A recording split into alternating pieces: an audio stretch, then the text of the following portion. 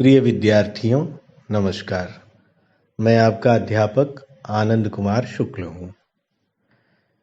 पिछली कक्षा में हमने लिंग निर्णय पढ़ा था, यानी हिंदी और हिंदी से संबंधित या ऐसी भाषाएं जिनका हिंदी पर प्रभाव रहा हो, उनमें लिंग को लेकर के, जो जेंडर है उसके निर्णय को लेकर के किस प्रकार की स्थिति रही है, कितने लिंग निर्धारित हैं उन भाषाओं में।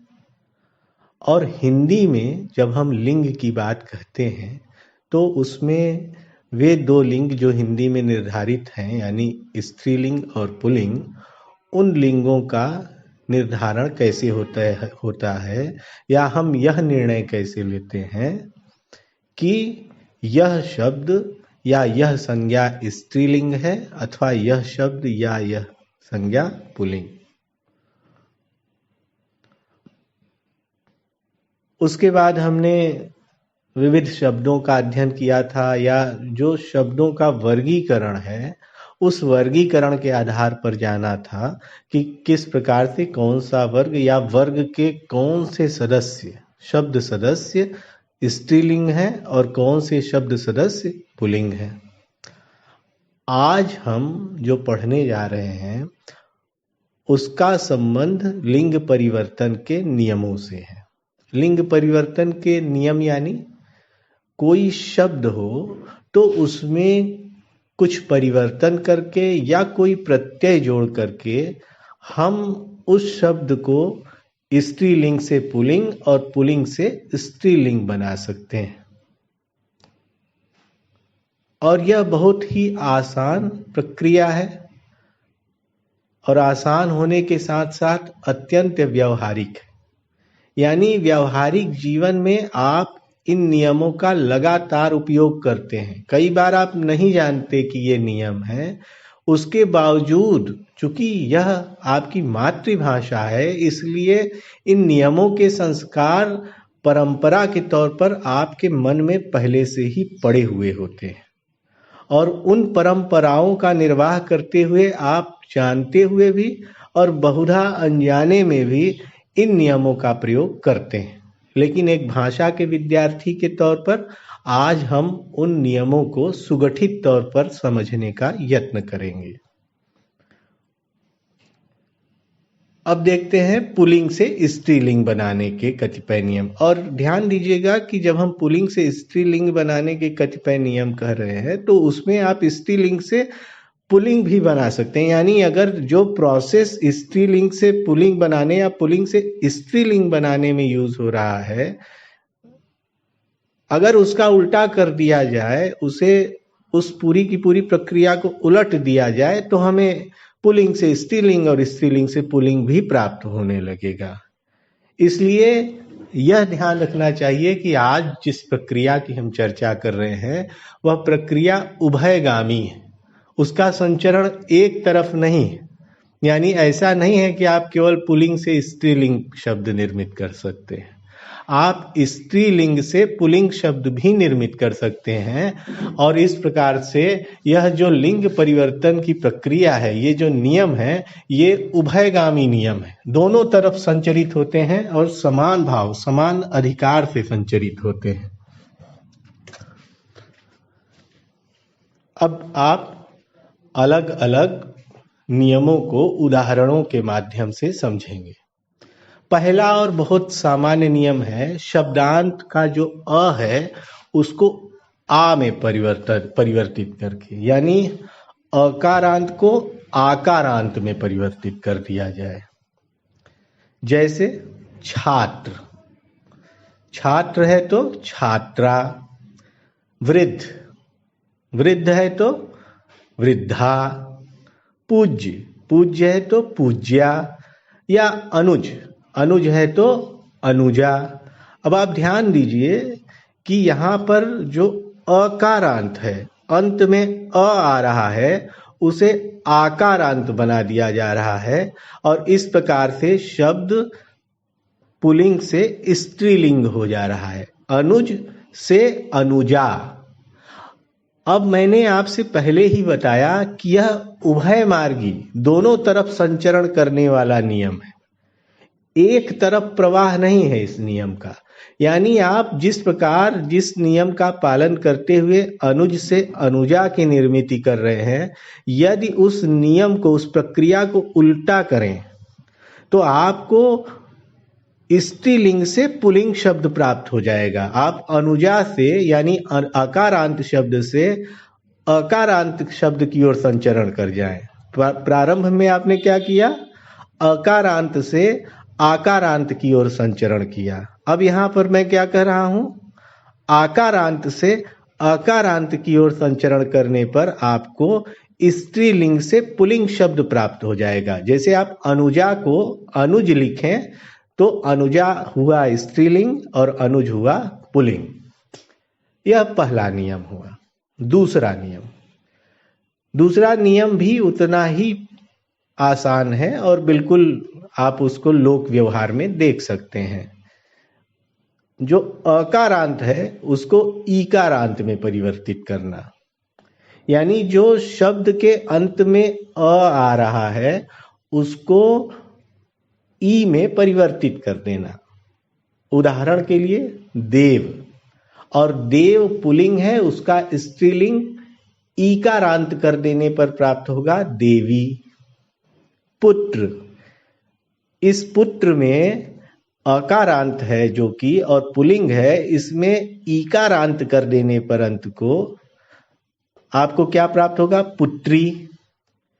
वैसे ही मेंढक, मेंढकी, दास, दासी, ये सारे उदाहरण हैं। ढेर सारे उदाहरण आप दे सकते हैं। सैकड़ों उदाहरण आपको अभी रटे होंगे, पूछा जाए तो आप तुरंत बता देंगे, लेकिन हम उतने समय को नष्ट नहीं करते हैं, आगे बढ़ते हैं। तीसरा नियम है, अच्छा ध्यान दीजिए, कुछ बातें आपको ध्यान में रखनी चाहिए। मैंने कहा, अभी जो पहला नियम बताया, आपको कहा आकारांत को अकारांत को आकारांत में, यानी अ को आ में परिवर्तित करने पर पुल्लिंग से स्त्रीलिंग हो जाएगा। फिर मैंने कहा अ को ई में परिवर्तित कर दें तो पुल्लिंग से स्त्रीलिंग प्राप्त हो जाएगा। लेकिन जब हम कहते हैं कि प्राप्त हो जाएगा तो इस नियम का यह प्रभाव नहीं है कि हमेशा आकारांत शब्द स्त्रीलिंग ही होंगे या अकारांत शब्द पुल्लिंग ही होंगे। यह बिल्कुल ठोस नियम नहीं बन जाएगा, यह भी आप ध्यान रखिएगा। हम केवल शब्द में लिंग परिवर्तन की प्रक्रिया को निर्धारित कर रहे हैं। इन नियमों के माध्यम से हम शब्दों के लिंग को स्वयं में स्थापित नहीं कर रहे हैं, यह आपको बराबर ध्यान में रखना होगा। अब जो तीसरा नियम है यह इसी बात को स्पष्ट करता है जो मैं आपको बताने जा रहा हूं। आकारांत कई शब्द पुल्लिंग हैं, यानी अभी मैंने जो पहला नियम बताया आपको, अकारांत से आकारांत में परिवर्तित, तो वहां पर हमने पुल्लिंग से स्त्रीलिंग बनाया। लेकिन ऐसी धारणा आपके मन में ना आए कि चूंकि अ पर आ का जोड़ होने पर, यानी अ हटाकर आ कर दें तो वहां पर हमें पुल्लिंग से स्त्रीलिंग प्राप्त हो रहा है, लिहाजा सारे आकारांत वाले शब्द स्त्रीलिंग होंगे। ऐसी धारणा मन में न रखिएगा। अब हम आपको कुछ ऐसे शब्दों के उदाहरण देंगे जो आकारांत हैं लेकिन पुल्लिंग हैं, और उन शब्दों को हम कुछ अन्य प्रत्ययों के माध्यम से स्त्रीलिंग में परिवर्तित करते हैं। और ठीक उसी उलट प्रक्रिया से, पहले ही बताया कि उभयगामी प्रक्रिया है, एकल संचरित प्रक्रिया नहीं है, एक तरफा प्रक्रिया नहीं है। ध्यान रखिएगा, हमेशा दिमाग में बैठाइएगा कि लिंग परिवर्तन की जो प्रक्रिया है हिंदी में वह उभयगामी है, किसी भी स्थिति में एकल संचरित नहीं है। तो जब एकल संचरित नहीं है तो जैसे स्त्री से पुरुष बना रहे हैं वैसे ही पुरुष से आप स्त्री भी बना सकते हैं, ठीक उतने ही तरीके से, केवल आपको नियम को उल्टा करके, जैसे जिस रास्ते से गए उसी रास्ते से आप वापस चले आए, बस बन गया पुल्लिंग से स्त्रीलिंग, स्त्रीलिंग से पुल्लिंग। शब्द जैसे मैंने कहा आ, तो नाना, नाना शब्द जो है वह पुल्लिंग है। अब इसमें अगर आकारांत में ई शब्द जोड़ दें, आ हटाएं और ई करें, तो आपको स्त्रीलिंग प्राप्त होगा, यानी आकारांत से ईकारांत में परिवर्तित करना। जैसे नाना को नानी, लड़का, लड़का को लड़की, घोड़ा को घोड़ी, ड़ा आकारांत है, ड़ी ईकारांत है। आकारांत को ईकारांत में परिवर्तित करके हम पुल्लिंग से स्त्रीलिंग शब्द को निर्मित कर रहे हैं।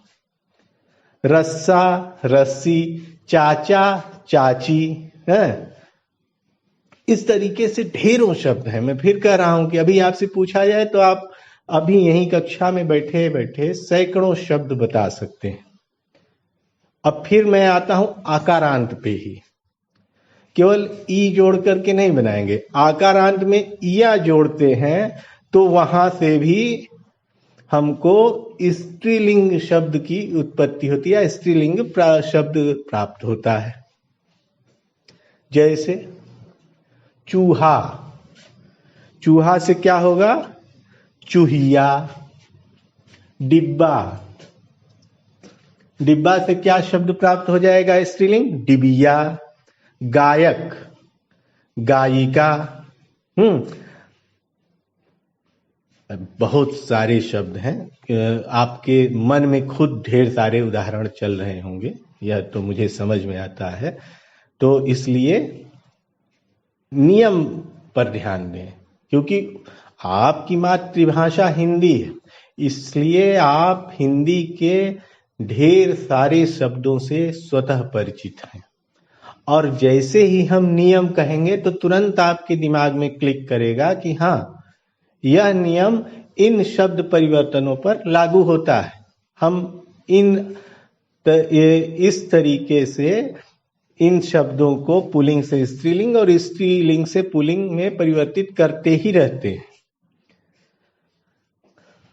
फिर हम आते हैं, देखिए आप ध्यान दीजिएगा कि उपसर्ग नहीं बदल रहा है। यह भी एक बात ध्यान में देने की है कि पुल्लिंग से स्त्रीलिंग या स्त्रीलिंग से पुल्लिंग में परिवर्तन के दौरान हम उपसर्ग में परिवर्तन नहीं कर रहे हैं। परिवर्तन हम कहाँ कर रहे हैं? प्रत्यय में। तो या तो प्रत्यय में परिवर्तन के माध्यम से पुल्लिंग से स्त्रीलिंग और स्त्रीलिंग से पुल्लिंग होगा, अथवा शब्द रूप बदलकर ही स्त्रीलिंग से पुल्लिंग और पुल्लिंग से स्त्रीलिंग होगा। ऐसा नहीं है कि आप उपसर्ग परिवर्तित कर रहे हैं, उपसर्ग कहीं परिवर्तित नहीं हो रहा है। अब आप फिर से देखें, पांचवा नियम, अक प्रत्यय हो तो उसमें अक को हटा करके इका प्रत्यय जोड़ देना। जैसे अक प्रत्यय को हटाना है और इका प्रत्यय जोड़ना है। बालक से बालिका, लेखक से लेखिका सॉरी, नायक से नायिका, पाठक से पाठिका, गायक से गायिका। ये सारे जो उदाहरण हैं, ये सारे उदाहरण बताते हैं कि हम अक प्रत्यय हटाएं और इका प्रत्यय जोड़ रहे हैं तो कई सारे शब्द प्रयोगों में हमें पुल्लिंग से स्त्रीलिंग प्राप्त होगा। और फिर मैं कह रहा हूं उभयगामी है, यानी इका प्रत्यय हटाकर अक प्रत्यय जोड़ दें तो स्त्रीलिंग से पुल्लिंग प्राप्त होने लगेगा। उभयगामी प्रक्रिया। अब छठा है, छठा नियम कहता है कि जो शब्द है उसको रहने दें और उसमें आनी प्रत्यय लगा दें। हाँ, और खूब है, देवरानी, जेठानी, हाँ, सेठानी, ये सब जो है, चौधरानी, चौधरी, चौधरानी, ढेर सारे प्रत्यय हैं, जो ढेर सारे शब्द हैं जिसमें आनी प्रत्यय लगा करके आप पुल्लिंग से स्त्रीलिंग बना लेते हैं।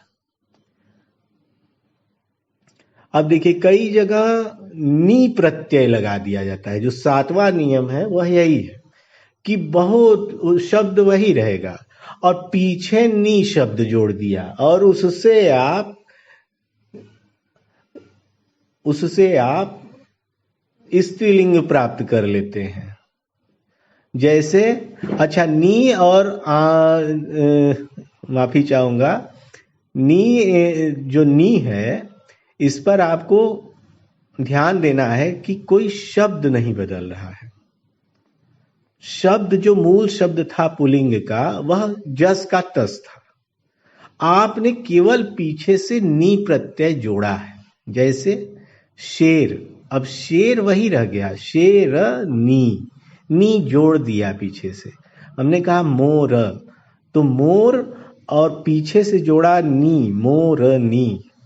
वैसे ही सिंह नी, ऊंट नी। ये सारे जो उदाहरण है इसमें शब्द वही का वही रह जाएगा, केवल उसमें नी प्रत्यय जोड़ दिया जा रहा है।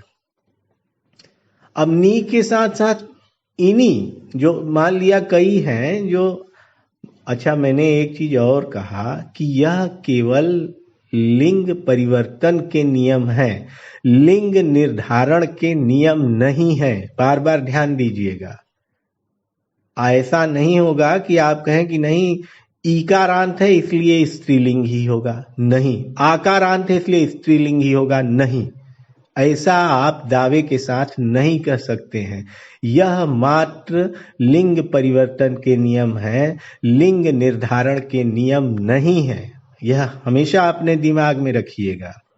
अब हम आपको इसी पर एक उदाहरण, एक नियम बताते हैं। 8वां नियम है हमारा कि ई जो है ईकारांत है उसमें ई हटाएं और इनी प्रत्यय बना दें, यानी ईकारांत से इनी हटाएं, ईकारांत में जो ई है अंत में शब्द के उसको हटाएं और इनी प्रत्यय लगा दें। जैसे हाथी से हथिनी, तपस्वी तपस्विनी, स्वामी स्वामिनी।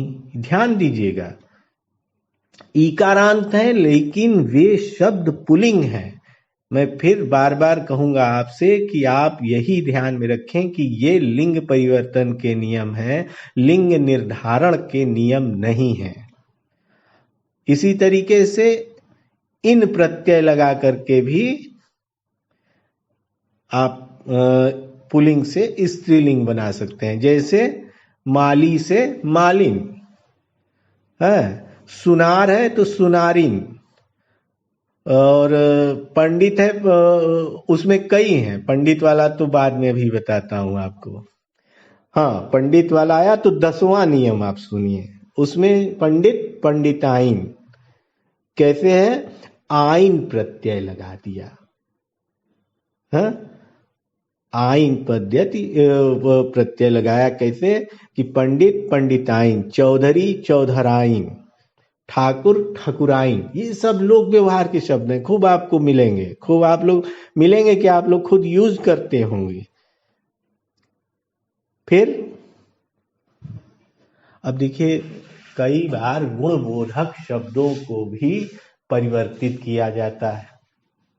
जैसे वान, चरित्रवान हम कहें या गुणवान कहें, तो ये सब गुणबोधक शब्द हैं। लेकिन उनमें अगर हम वान प्रत्यय को हटा करके वती प्रत्यय लगा दें शब्दांत में, तो आप पुल्लिंग से स्त्रीलिंग प्राप्त करेंगे। और इसी के उलट अगर वती प्रत्यय हटाकर वान प्रत्यय लगा दें तो आप स्त्रीलिंग से पुल्लिंग शब्द प्राप्त कर लेंगे। जैसे गुणवान गुणवती, पुत्रवान पुत्रवती, भगवान भगवती, बलवान बलवती, भाग्यवान भाग्यवती, और सत्यवान सत्यवती, सत्यवान सत्यवती। आप देखें, वान हटा करके वती लगा रहे हैं तो पुल्लिंग से स्त्रीलिंग शब्द प्राप्त हो रहा है, और वती हटाकर वान शब्द या वान प्रत्यय लगा दें तो आपको स्त्रीलिंग से पुल्लिंग शब्द प्राप्त होने लगेगा। अभी वान हटाकर वती लगाया, अब मान हटाकर मती लगा दीजिए। वहां भी मान हटाकर मति लगा देंगे तो पुल्लिंग से स्त्रीलिंग शब्द मिलेगा, और मति हटाकर मान लगा देंगे तो स्त्रीलिंग से पुल्लिंग शब्द प्राप्त हो जाएगा। उदाहरण देखिए, श्रीमान, श्रीमती, बुद्धिमान, बुद्धिमती, आयुष्मान, आयुष्मती, ये सारे उदाहरण हैं। ऐसे ही ता के स्थान पर ट्री लगा दिया जाए, यानी जो शब्दांत में ता आ रहा है उसके स्थान पर ट्री लगा दें। जैसे दाता, दाता पुल्लिंग, अब उसकी जगह पे अगर आप ट्री लगा दें ता की जगह पे तो दात्री बन जाता है, और क्या बन जाएगा? स्त्रीलिंग। हम कहें नेता, नेता शब्द पुल्लिंग, अब आप उसमें ता की जगह ट्री लगा दें, नेत्री कर दें, तो क्या हो जाएगा? स्त्रीलिंग हो जाएगा। और इसका उलट नेत्री, ट्री हटा दें और ता लगा दें तो नेत्री से नेता शब्द प्राप्त होगा, जो आप क्या कर रहे हैं वहां पर? स्त्रीलिंग से पुल्लिंग में परिवर्तित कर दे रहे हैं। बहुत आसान लोक व्यवहार से निकले हुए ही ये नियम है, ये अलग से बनाए गए नियम नहीं। इन नियमों का संबंध पूर्ण तरीके से, पूर्णतः लोक व्यवहार से है। अच्छा, कुछ शब्द बड़े हास्यास्पद हैं, या हास्यास्पद न कहें, उनमें हम स्त्री और पुरुष का विभेद नहीं करते हैं। तो जब हम स्त्री और पुरुष का भेद नहीं करते हैं तो वहां पर लिख देते हैं नर या मादा। जैसे हम कहें भेड़िया, तो भेड़िया में आप चूंकि इया भी लग गया है, इसलिए आप भेड़िया को स्त्री या पुरुष में सीधे सीधे परिवर्तित नहीं कर सकते हैं, तो आप वहां पे नर भेड़िया और मादा भेड़िया लिखेंगे। भालू, ऐसा थोड़ी ना कि भालूनी बना दिया आपने, नहीं, आप भालू लिख रहे हैं तो अगर आपको वहां पर लिंग बोधक निर्णय देना अनिवार्य हो जा रहा है, बताना अनिवार्य हो जा रहा है कि नर था या मादा, तो वहां आप लिखेंगे नर भालू, मादा भालू। ये कुछ शब्द इस तरीके से भी हैं। अब कुछ शब्द ऐसे हैं जो थोड़ा सा बदल जाते हैं और अगला हिस्सा नहीं बदल रहा है, आप ध्यान दीजिएगा। लेकिन कुछ शब्द पूरी तरीके से बदल जाते हैं, जैसे मर्द, औरत। लेकिन अगर हम कहें वर, तो वर में व वही रहेगा, लेकिन र बदल के धू हो जाए तो वर वधू। हाँ, बैल, गाय, यहां शब्द ही बदल जा रहा है। स्त्री पुरुष, स्त्री पुरुष खुद इसी बात का उदाहरण है। ससुर सास या सास ससुर, सास ससुर, सास भी कभी बहू थी, सास ससुर, ये भी उदाहरण है। अब आपको एक बात ध्यान देनी होगी, चूंकि आप सभी संस्कृत के भी विद्यार्थी हैं, इसलिए यह बात आपके दिमाग में होना बहुत जरूरी है। जरूरी यह है कि आपको समझना होगा कि कई शब्द ऐसे हैं जो एक भाषा में पुल्लिंग है और दूसरी भाषा में स्त्रीलिंग। यहां पर हम विशेष तौर पर अध्ययन करते हैं या बात करते हैं संस्कृत और हिंदी की।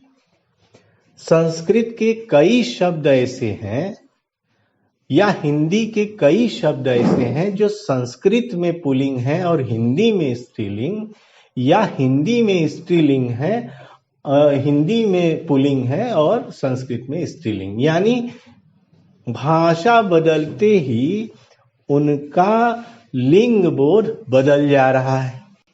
जैसे उदाहरण देखिए, तारा, व्यक्ति, इवन देवता, ये जो शब्द हैं, ये शब्द संस्कृत में स्त्रीलिंग के तौर पर व्यवहार में लाए जाते हैं, लेकिन जब ये शब्द हिंदी में आते हैं तो पुल्लिंग हो जाते हैं। इसी तरीके से कुछ अन्य शब्द हैं जो संस्कृत में पुल्लिंग हैं, लेकिन हिंदी में जब उनका व्यवहार होता है तो वे शब्द स्त्रीलिंग बन जाते हैं।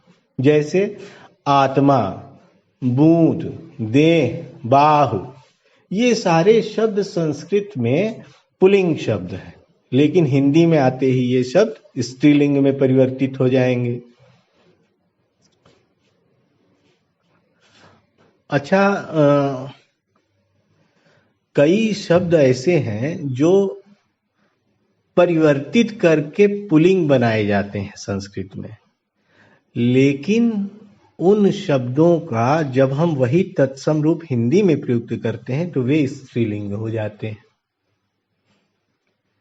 जैसे संस्कृत में इमा जो प्रत्यय है अंत में लग रहा है, जैसे महिमा, गरिमा, लघिमा, सीमा, ये संस्कृत में इमा प्रत्यय के माध्यम से जो शब्द बन रहे हैं ये पुल्लिंग होते हैं।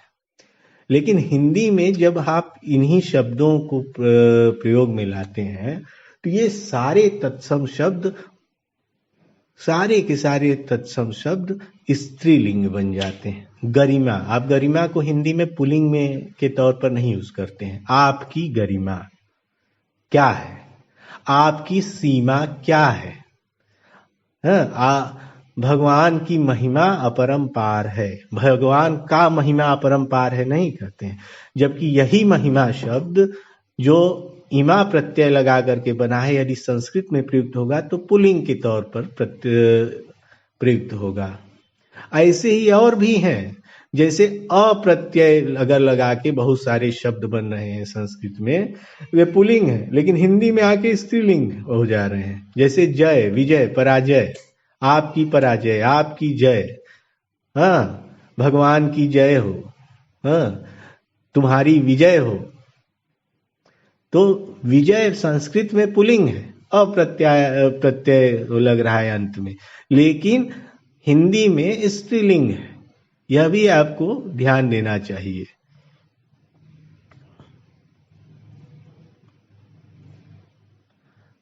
अब कुछ बातें हैं, एक दो बातें वो भी आपको ध्यान में रखनी चाहिए। जैसे जो कृत और तद्धित प्रत्ययों से बने विशेषण या कर्तृवाच्य शब्द हैं, स्त्रीलिंग या पुल्लिंग शब्द के साथ जो है वो यथावत प्रयुक्त होते हैं, जैसे का तैसा प्रयुक्त होते हैं, उसमें कोई परिवर्तन नहीं होता है। जैसे दैदीप्यमान या धार्मिक संगठन या संस्था, वहां पर वे उसी प्रतिरूप में खप जाएंगे जिस प्रतिरूप के साथ वे जुड़ रहे हैं। और एक बात आपको अंत में और भी ध्यान में रखनी है कि कुछ ऐसे शब्द हैं जिनमें लिंग परिवर्तन नहीं होता, उनमें पद पर बैठे व्यक्ति के हिसाब से लिंग बोध हो सकता है, लेकिन उन पदों का स्वयं में लिंग परिवर्तन नहीं होता उन शब्दों का। और ये शब्द मूलतः पदवाची शब्द हैं। कौन से पदवाची शब्द हैं? जैसे राष्ट्रपति कहें तो राष्ट्रपति में कुछ लगा करके हम आप उसको पुल्लिंग से स्त्रीलिंग, स्त्रीलिंग से पुल्लिंग नहीं बना सकते। प्रधानमंत्री कहें तो प्रधानमंत्री में कोई प्रत्यय जोड़ जाड़ कर हम उसको स्त्रीलिंग से पुल्लिंग या पुल्लिंग से स्त्रीलिंग नहीं बना सकते। मंत्री, डॉक्टर, प्रिंसिपल, मैनेजर, ये सब जो शब्द हैं, अच्छा प्रिंसिपल शब्द से ये मत समझिएगा कि यह तो अंग्रेजी का शब्द है। आप जब शब्द संपदा पढ़ रहे थे तो मैंने आपको बताया था कि हिंदी की शब्द संपदा में और हिंदी की ही शब्द संपदा में क्या गाहे बगाहे भाषाओं में यही क्रम आपको मिलेगा, लेकिन हम अभी हिंदी की बात करते हैं। तो हिंदी की शब्द संपदा के मूलतः 4 स्रोत हैं। क्या है? तत्सम, तद्भव, देशज और विदेशी। ये 4 स्रोत बताए मैंने आपको, जो आपको अपने दिमाग में रखने हैं। तत्सम, तद्भव, देशज और विदेशी। तो कई ऐसे विदेशी शब्द हैं, भले वे अंग्रेजी के हैं, भले वे फारसी के हैं, भले वे इवन की फ्रेंच भाषा के हैं, तुर्की के हैं और रशियन शब्द हैं। तुर्की के तो ढेर सारे शब्द हमारी भाषा में खपे हुए हैं, और अगर आपको इंगित करके बताया जाए कि भैया ये तुर्की भाषा का शब्द है, आप पकड़ ही नहीं पाएंगे। आप मुस्कुराएंगे, आप हंसेंगे कि नहीं ये तो हिंदी का शब्द है। तो वो इतने खपे हुए शब्द है। लेकिन प्रिंसिपल, चूंकि आप अंग्रेजी भी जानते हैं तो आपको पता है कि यह तो अंग्रेजी का शब्द है, लेकिन कई बार वे शब्द अपनी भाषा में इतने खप जाते हैं कि अपनी भाषा की भी शब्द संपदा में सम्मिलित हो जाते हैं। जैसे मैं कहूँ डॉक्टर, तो डॉक्टर अंग्रेजी का शब्द भले है लेकिन वह हिंदी का भी शब्द हो गया है। उसको आप हिंदी की अपनी शब्द संपदा से बाहर नहीं निकाल सकते। और यह ध्यान रखिएगा कि ऐसा करने में कोई बुराई नहीं है, बिल्कुल इसमें हिचक नहीं होनी चाहिए कि आप दूसरी भाषाओं के शब्दों को अपना बना ले रहे हैं। यह भाषाओं का गुण है, यह भाषाओं की उपलब्धि है कि वे अपना विस्तार करती हैं, अपने गुणों को, अर्थबोधक क्षमता का विस्तार करती हैं भाषाएं, और यह भाषाओं का दोष नहीं है।